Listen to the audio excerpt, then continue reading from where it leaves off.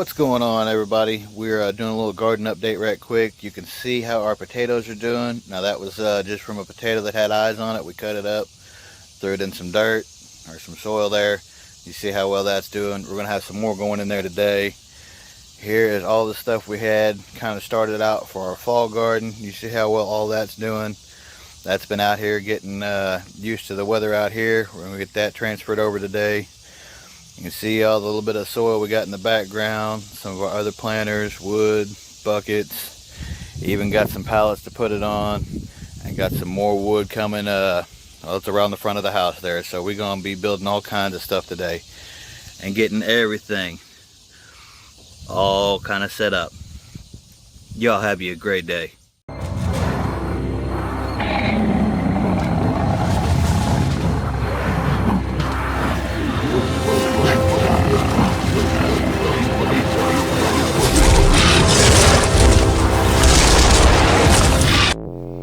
This is the Silverback with Silverback Preparedness.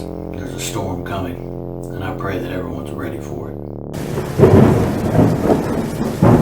This world is breaking down, and it's only getting worse. Sickness, famine, economic failure, social unrest, tyranny, and much more on the way. Where will you stand when that line is drawn? Winter comes every year, but this one will be especially hard for many. Survival is being prepared. Preparedness to weather the storm. Are you ready? Alright everybody, we're doing a lot of work out here today, but one of the things I wanted to show y'all right quick is that we're having a little bit of trouble out here. As you can see, we got a lot of sun. I don't have any trees on my property, so things like lettuces and all your, any of the brassicas and stuff like that I've got planted are getting a little too much sun, so I need to be able to move them around to where they can have some shade part of the day. I've actually got a trampoline out here that I'm going to use the top of it as kind of like a shade cloth, and I'll be able to stick them under there. And I was, with those things, they've got very shallow roots, and this thing right here I came across at the local store. And as you can see, it's got 3 bins on this side and 1 big bin on this side. And I was originally just kind of looking for a little bin that was kind of this size I could put a whole bunch in. But this kind of helps separate them out. And we're going to turn this into a planter that I've got a nice little carry handle, and I can be able to move it around and put in the shade and all that when I need to.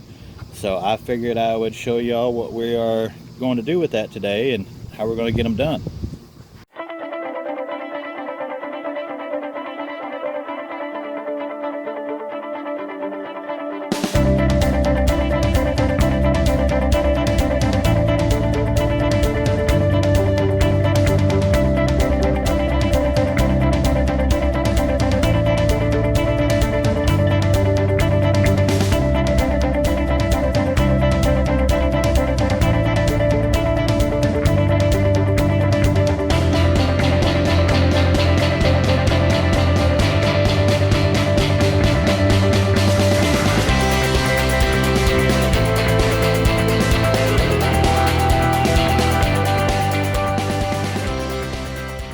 Alrighty folks, now obviously that thing that we're using is originally to carry chemicals and cleaning supplies and stuff like that for around the house, or some people may even use it for their jobs and stuff.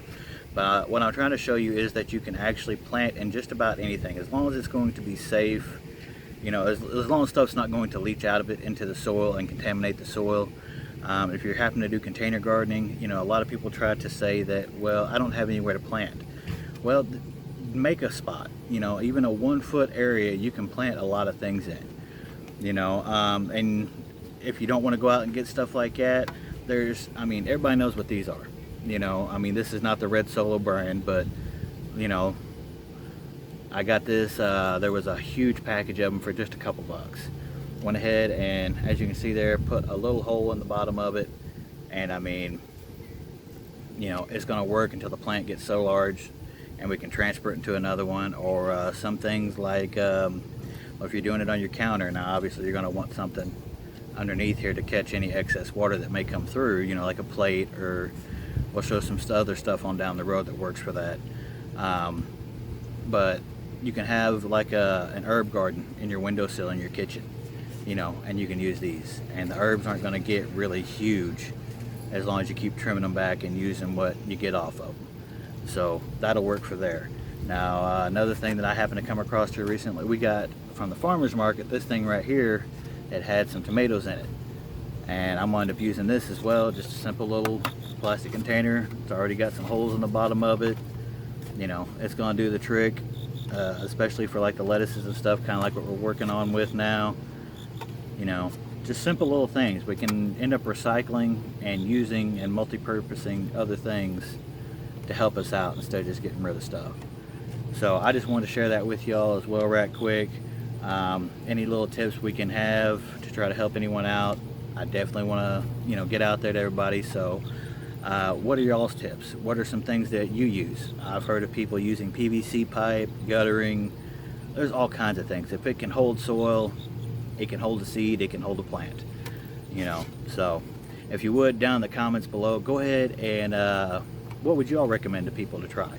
You know, what's something that normally gets thrown out that we can actually keep it out of a landfill and make use of it? But let's get back to what we were doing. Here's the potting mix that we're going to use. It's just a generic potting mix that's fairly cheap in my area. I'm not going to get too deep into different soil types and, you know, all the things that are going to make your soil better. Compost teas, all that different stuff. We'll do that on down the road. All right, as you all can see here, you know, we just got that regular potting mix. It's already a little damp. You don't want to put your brand new plants into absolutely dry soil and then try watering it. You definitely want to try to water anything you transfer, but you want it to have a good base to go into as well.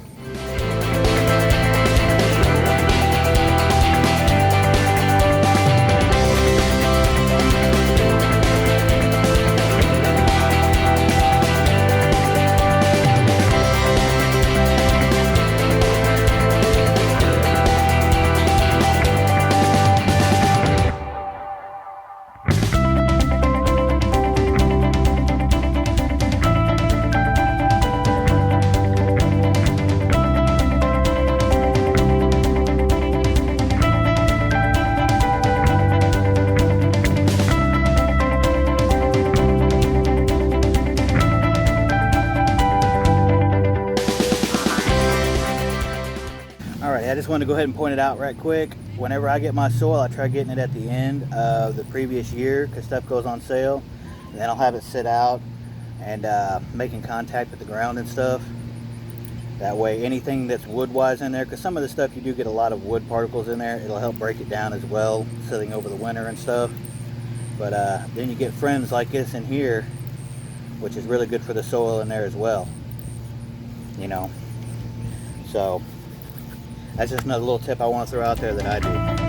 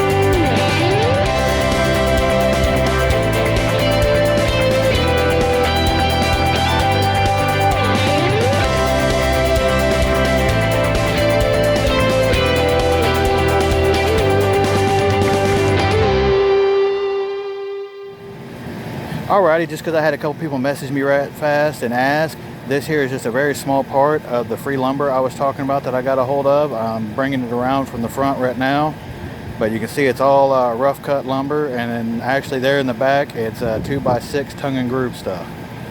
And if y'all don't mind, if you would take a second and go ahead and hit that like button.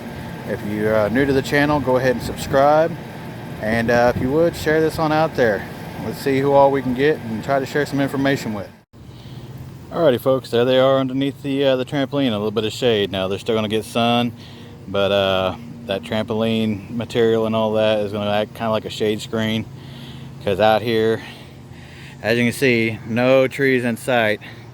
In the afternoon it definitely gets a little warm on this side of the house. But we've got some lettuce in there, some romaine, some blue kale. There's actually one kind of peppers in there as well. I'm just going to go ahead and give that a shot. But I've got to go ahead and get these cold frames built. We'll have another video on that here soon. I hope you all enjoyed. This is the Silverback, and always folks, stay humble.